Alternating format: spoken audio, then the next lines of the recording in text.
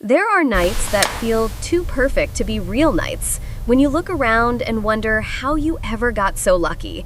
For Teresa Giovanni, that night was now. It was their 7th wedding anniversary, 7 years since she and Samuel Giovanni said their vows beneath an old oak tree, surrounded by sunlight and promises. And tonight, in the glowing warmth of their home, Teresa wanted to recreate that magic, not just for Samuel, but for herself, for the life they had built. The house was spotless. Every corner shimmered with care. She'd chosen white roses, Samuel's favorite and hers. The long mahogany table was draped in ivory linen. Tall candles flickered with elegance, casting soft shadows on the walls. The kitchen smelled of rosemary and lemon, the desserts were chilling, and in the corner of the room, a soft jazz trio played the same melody that had echoed at their wedding reception. Teresa's hands trembled slightly as she applied her lipstick. Not from nerves, but anticipation. Tonight was supposed to be a celebration of everything they had survived. The ups, the downs, the dreams still on the horizon. She wore the emerald green gown that always made Samuel pause. "It brings out your eyes," he'd say, brushing a curl from her cheek. She smiled at the memory. She wanted him to say it again tonight. Her dark hair was swept into a bun with delicate pearl pins. Her skin glowed under warm light. As she looked in the mirror, she saw something deeper than beauty. She saw devotion. A woman still madly in love with her husband. A woman who believed in forever. By 6:45, the doorbell chimed. Guests arrived one after another. Friends from college, Samuel's colleagues, Teresa's younger sister Rebecca, and her husband Tom. The house filled with laughter, hugs, and the sound of champagne bottles popping. Everyone looked radiant. But Samuel, Teresa thought, Samuel looked breathtaking. He wore a navy suit with a pale gray tie, the one she'd gifted him on their 5th anniversary. He greeted everyone like a perfect host, offering warm smiles and perfectly timed compliments. But every few minutes, Teresa caught him glancing her way, and in those looks, she felt chosen. He crossed the room and gently kissed her forehead. "Happy anniversary, darling," he whispered. "You still think I'm your dream girl?" she teased, brushing his lapel. Samuel smiled the way he always did when he was caught off guard. "Always," he said. And for a brief moment, Teresa truly believed him. At 7:10, the final guests arrived, and with them, Heather Langston, Teresa's best friend since they were 16. Heather looked exhausted, but lovely, dressed in a soft blue blouse, holding her 3-year-old daughter Amanda in one arm and a small wrapped gift in the other. Amanda clung tightly to her mother's shoulder, her curly brown hair tousled, cheeks flushed. "Sorry we're late," Heather said with an apologetic laugh. "Mini meltdown over socks and shoes." Teresa chuckled, walking forward to greet them. "You know you're always welcome here, meltdown or not," she said warmly. She bent down slightly. "Hi, sweet girl. You look so pretty tonight." Amanda peeked out from her mother's shoulder and gave Teresa a shy smile. Teresa took Heather's gift and waved them in. Come in, dinner's almost ready," and Samuel made the wine pairing cards himself. "Yes, really?" Heather raised an eyebrow, impressed. "Color me shocked." Laughter followed, the kind only old friends can share. For Teresa, everything was still whole, still safe, still hers. But sometimes, the universe lets you taste heaven, right before it lets the ground vanish beneath your feet. And Teresa had no idea that just a few hours later, a single innocent sentence from a child, a sentence no one was meant to hear, would burn her perfect world to ash. The laughter was fading, the wine glasses half full, and soft music drifted like a final breath through the house. It was nearly 10 p.m. Some guests had already left, hugging Teresa and Samuel at the door with cheerful goodbyes. Others lounged in the living room, sipping the last of the dessert wine, trading inside jokes and memories. Teresa was in the kitchen, humming softly as she packed away the extra cake. Her hands moved automatically, her heart full. Tonight had been everything she hoped for, maybe even more. It felt like the beginning of a new chapter, one filled with promise. Upstairs, little Amanda had been napping in the guest room, tucked in after getting sleepy mid-party. Suddenly, a soft cry echoed from the staircase. "Mommy!" Teresa looked up just in time to hear Samuel's voice from the hallway. "I got her, I'll bring her down." She smiled. He'd always been great with kids, and Amanda adored him. He'd probably carry her down, whispering silly bedtime stories the whole way. But what happened next shattered her entire world. From the dining room archway, Amanda appeared in her little pink socks, still rubbing her eyes, clearly groggy from sleep. Samuel knelt beside her, gently fixing her tangled curls, his hand steady on her tiny back. And then, in front of 20 people, in front of Teresa, in front of God, and a house full of white roses, Amanda wrapped her arms around Samuel's neck and said, "Daddy, can we go home now?" Time stopped. The air went silent. No music, no laughter, no breath. Just the sound of glass slipping from Teresa's hand. Her champagne flute hit the marble floor, a sharp, crystalline explosion that mirrored the one inside her chest. Samuel froze. Heather, standing across the room, went white as paper. Someone gasped. Everyone else just stared. Teresa couldn't move, couldn't speak. Her feet were glued to the floor, heart hammering so loudly she thought the windows might shatter. She looked at Amanda, then at Heather, then at Samuel. And in that moment, with a single sentence from a child's innocent lips, her marriage was already dead. Teresa didn't sleep that night. She sat at the edge of her bed, still in the emerald dress, makeup smudged, heels long kicked off, staring blankly at the wall as if it might blink first. Her mind replayed Amanda's voice again and again. "Daddy, can we go home now?" 3 words said by a child who didn't know better, but knew just enough to destroy everything. She reached for her phone and opened the calendar. Amanda was 3 years old. 3 years old today meant she was likely conceived almost 4 years ago. Teresa's eyes darkened. 4 years ago was when Samuel had his so-called quarter-life crisis, when he'd said he needed space, when he suddenly started working late, when weekend trips appeared out of nowhere, when he stopped touching her like he used to.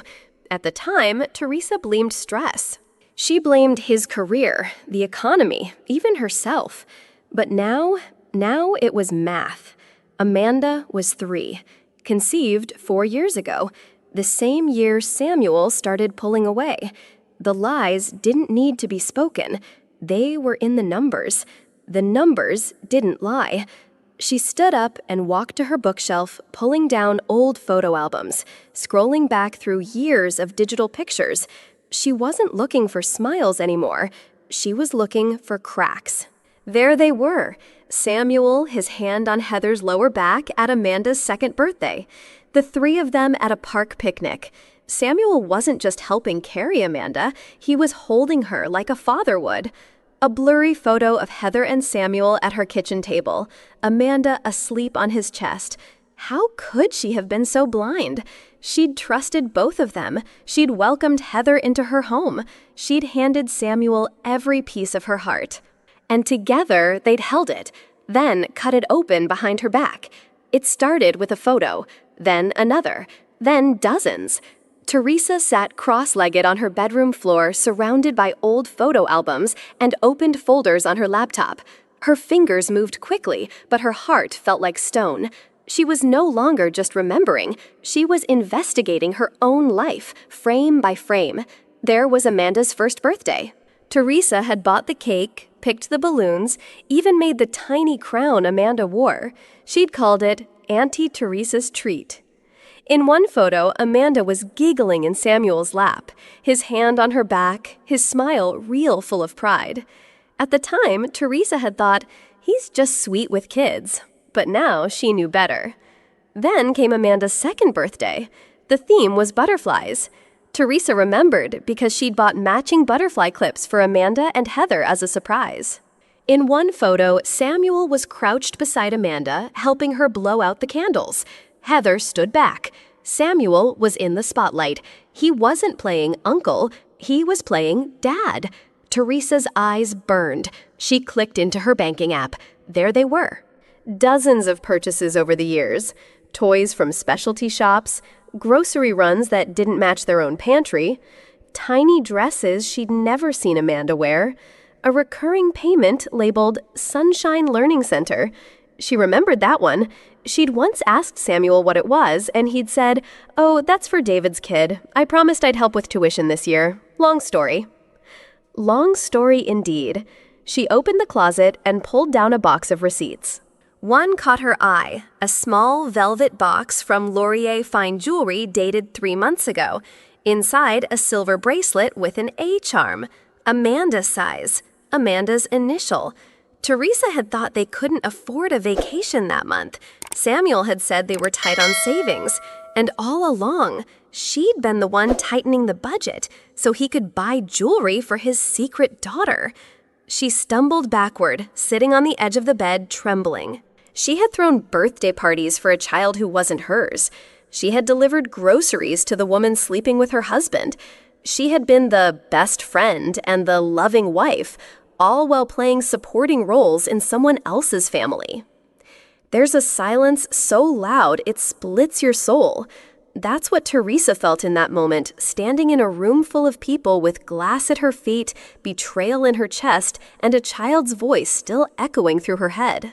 "Daddy, can we go home now?" Her hand was trembling, blood starting to bead from a cut on her ankle. She hadn't even noticed when the glass shattered, but she didn't care. She couldn't care. Samuel took a step toward her, lips parted, voice cracking. "Teresa, please, let me explain. Get out." The words didn't come from her mouth. They exploded from her spine. Sharp, raw, thunderous. "Get out of my house." Every conversation stopped. Every breath in the room caught in a collective gasp. Heather froze. Amanda began to cry again. Samuel held his hands out like he was calming a wild animal. "Please, just listen to me. It's not what you think. I was going to tell you." Teresa pointed at the door, her hand shaking with rage. "You were going to tell me when? After cake? During the toast? After I made a damn scrapbook for our marriage while you were raising another family behind my back?" No one dared to move. Rebecca stepped forward, her voice low, her eyes wet. "Teresa, do you want me to?" "Not you. Everyone else. Everyone. Out." Her voice cracked, but her spine stayed straight. Her eyes never left Samuel's. Heather reached for Amanda, who was now sobbing. As she turned toward the door, Teresa's voice dropped to a whisper, almost a growl. "Don't you ever bring her here again. Not to this house. Not to this street." Samuel looked back one last time, his face pale, empty, defeated. But Teresa didn't flinch. She didn't cry. She didn't chase. She stood there alone in her own home with the ghosts of a marriage crumbling around her and said absolutely nothing. Because what do you say when the people you trusted most just lit a match and burned your life down? After the front door slammed shut for the last time, silence took over like a storm cloud had rolled into the house. No music, no laughter, just the sound of a clock ticking and Teresa's shallow breathing. She stood in the same spot for what felt like hours. The emerald green dress clung to her body, heavy with sweat and shame. Her hands were still shaking. Her feet were numb. Every guest was gone. Every truth had been exposed. But what now? Teresa slowly walked into the living room. Wine glasses half full, napkins crumpled, a slice of untouched cake still balanced on a porcelain plate. The house looked like a crime scene, but the body was invisible. She dropped onto the couch, legs folded under her, and stared blankly ahead. Her reflection in the window looked like a stranger. Her eyes, once bright, were vacant. Mascara streaks ran down her cheeks like tracks through ash. She didn't cry. Not yet. She didn't scream. She just sat, still, like grief had frozen her from the inside out. Her wedding photo was still on the mantle, her and Samuel smiling under the oak tree 7 years ago. She didn't look at it. She couldn't. Instead, she whispered aloud, though no one was listening. They didn't just lie to me. They made me invisible in my own life. Her fingers clenched around the hem of her dress. She felt something shift deep inside, something cold, slow, and dangerous. It wasn't sadness anymore. It was something else.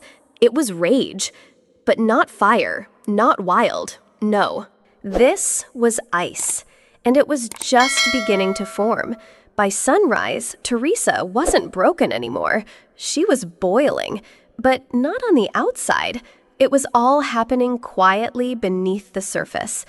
As the morning light crept through the blinds, she didn't reach for her phone to scroll or cry. She reached for her contacts list.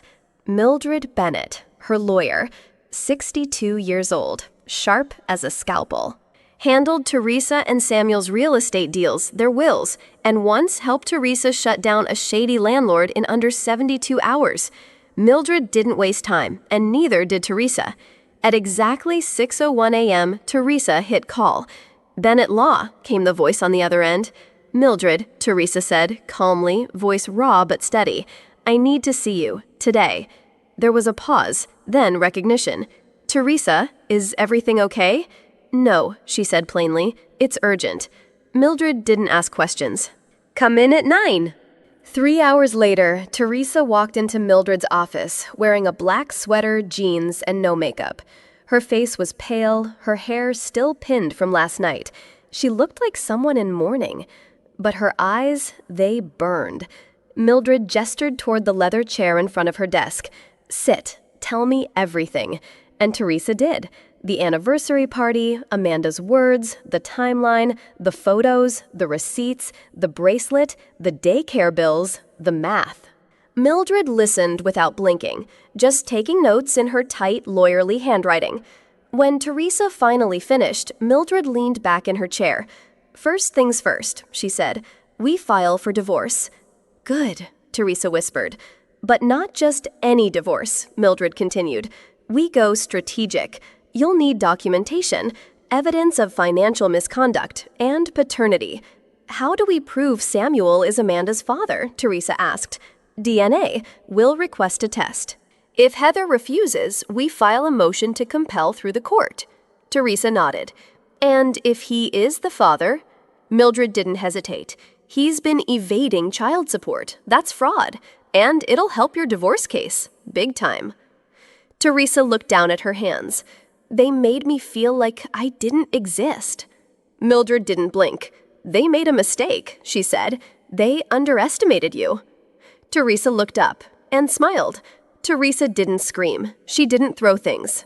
She didn't beg for apologies. No, she opened spreadsheets. She opened folders. She opened every door they thought she'd never dare to walk through. This wasn't rage. It was strategy. The first call she made wasn't to a friend. It was to Samuel's firm, Harper and Lang Architects, a place that prided itself on ethical excellence. Hi, Teresa said, polite but poised. This is Teresa Hawthorne, Samuel's wife. I'd like to schedule a private meeting with your managing partner. The receptionist hesitated. May I ask what this is regarding? Teresa smiled, the kind of smile that doesn't reach the eyes. It concerns a matter of professional conduct that may expose the firm to legal liability. The line went silent. Then, 1 moment, please. Within 10 minutes, she had a meeting booked. Tuesday, 10 a.m. The second call to Heather's workplace, a nonprofit that supported single mothers. Teresa didn't even need to threaten. She just forwarded an anonymous tip through their HR portal. Employee is fraudulently receiving aid while in an undisclosed relationship with a high-income partner. Attached photos, financials, daycare receipts paid by Samuel. She didn't sign it. She didn't need to. The system would do the rest. But Teresa wasn't done. She contacted a financial analyst Mildred recommended to track joint account movements, cross-reference gift purchases, trace who paid what and when.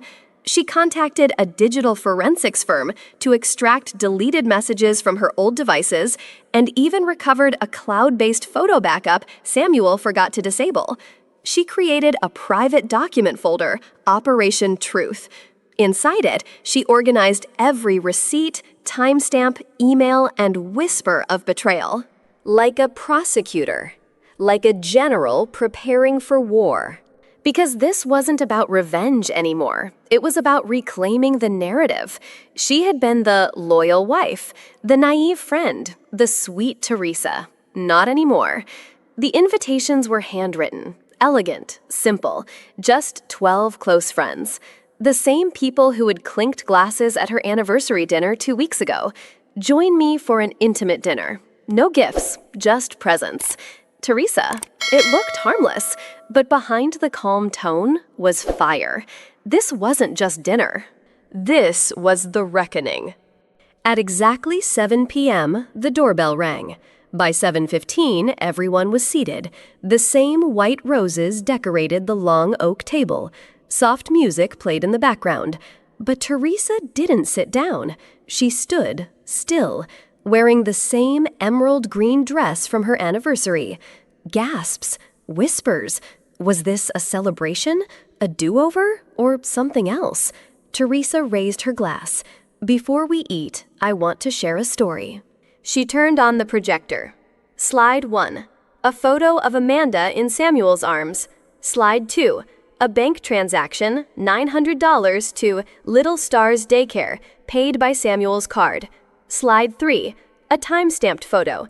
Samuel walking out of Heather's apartment at 6:12 a.m. 4 years ago. Slide 4. A text.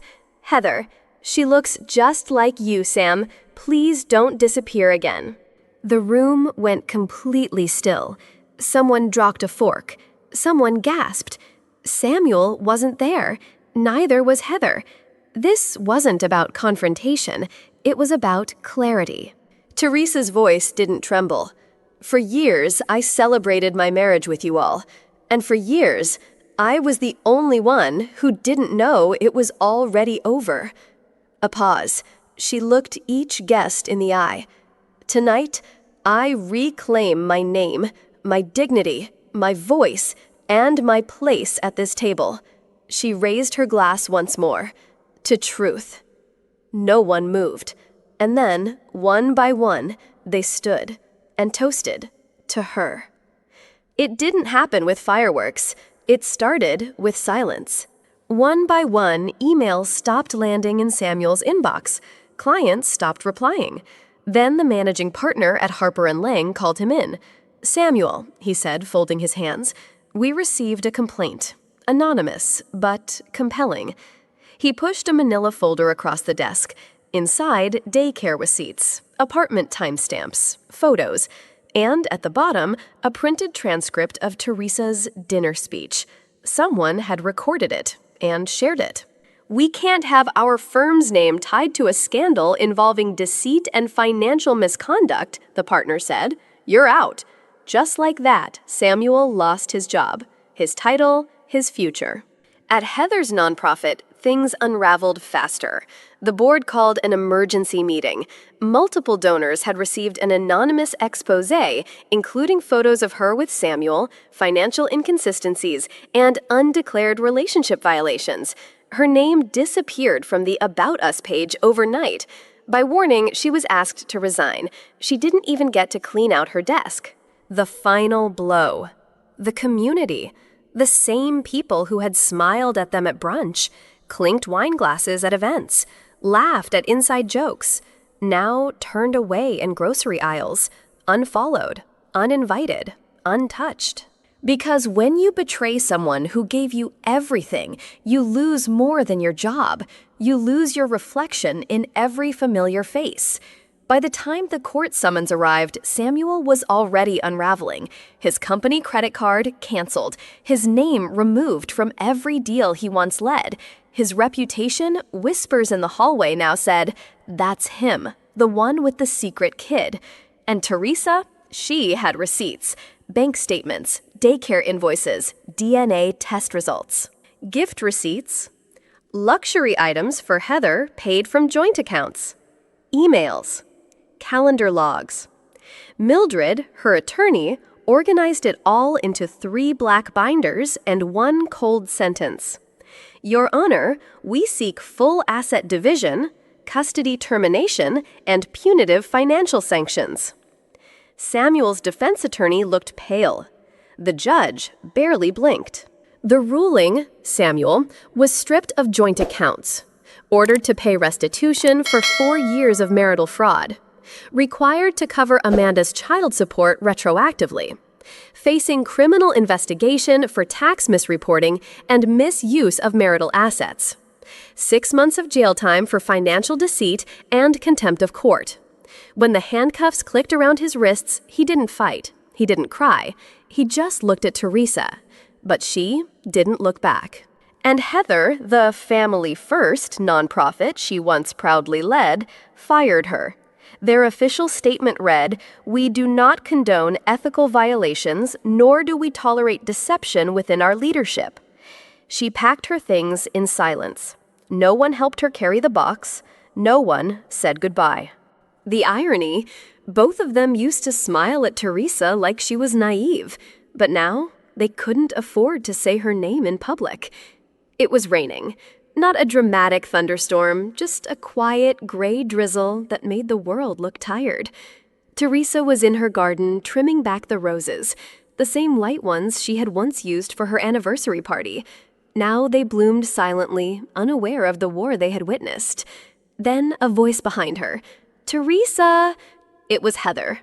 Soaked, breathless, makeup smeared like regret across her face. "I need to talk," she said, stepping closer. "Please, I lost my job. My parents kicked me out. I have nowhere to go." Teresa didn't flinch. She kept trimming the roses. Click, click, click. Heather's voice cracked. "I was scared. Samuel said he would leave you eventually. I thought." "You thought I'd never find out?" Teresa interrupted, finally turning to face her. "You thought you could raise your child off my dinner plates and sleep in my guest bed while lying to my face?" Heather wiped her tears. "I just want to say I'm sorry." Teresa's eyes didn't soften. "I don't want your apology," she said coldly. "I want you to lose everything, just like I did." Heather stared at her. Who are you?" Teresa looked down at the thorn-covered rose in her hand, then up into Heather's eyes. "The version of me you betrayed died the night Amanda said, 'Daddy.'" She turned back to her roses, voice like steel. "This version, she doesn't waste compassion on traitors." It started with one email. A woman from Chicago, married 12 years. She wrote, "My husband emptied our savings and left me for my cousin. How did you survive it?" Then another, a woman in Austin. "I watched your story go viral. Can you help me build my own escape?" And then dozens, then hundreds. Teresa didn't just reply. She built something. Phoenix Circle Inc. A consulting firm, but not the ordinary kind. They didn't sell branding. They sold survival. They offered legal guidance for women in toxic marriages, financial literacy training for single mothers, therapy connections mentorship programs, and a hotline called Don't Apologize. In 1 year, she helped 312 women leave, rebuild, and rise. In 2 years, she opened branches in 5 states. Her story made the cover of Forbes Women. She lost her marriage, then built an empire from the ashes. And on a quiet afternoon, standing in her new office, glass walls, soft wood floors, a skyline behind her, Teresa touched the white rose on her desk. Not as a memory of grief, but as a reminder, you don't need to burn them to win. You just have to bloom beyond their reach. In a courtroom lined with silence, Samuel was sentenced. 6 months in county jail, restitution for marital fraud, mandatory financial education courses, loss of all partnership rights in his firm. He didn't speak as they led him out in cuffs. The man who once mocked his wife's intuition now marched away under the weight of truth. Heather, she moved back in with her aging parents. Her phone stopped ringing. The Heather smile she used to wear at every party, gone, now replaced by long sleeves, quiet avoidance, and a town that remembered everything. And Amanda, a judge, ruled full custody to Heather, but with one condition: no exposure to Samuel unless ordered by the court. Teresa didn't fight for custody. She only asked for one thing: that Amanda is raised with truth, not lies. She ensured Amanda had access to a therapist, a scholarship fund, and a copy of The Truth to be read when she turned 18. And Teresa, she stood in front of the mirror, the same woman, and yet not at all. Gone was the naive wife in a seafoam green dress. What stood now was a woman with fire in her eyes and peace in her breath. She didn't smile for the mirror. She smiled for herself. The story didn't end when he walked away. It began the moment I stood back up. Sometimes the greatest betrayal is the one you never see coming. But sometimes the greatest strength is also the one you didn't know you had. Teresa's story is not just about revenge. It's about refusing to disappear. It's about learning to rise even when your world collapses at your feet. So if you've ever been silenced, overlooked, or betrayed, know this: you are not broken. You are becoming. If this story touched your heart, don't just scroll away. Hit subscribe, because on this channel, we tell stories that remind you you are stronger than you think. There's more than heartbreak out there. There's healing. Subscribe now and let every story bring you closer to the strength inside you.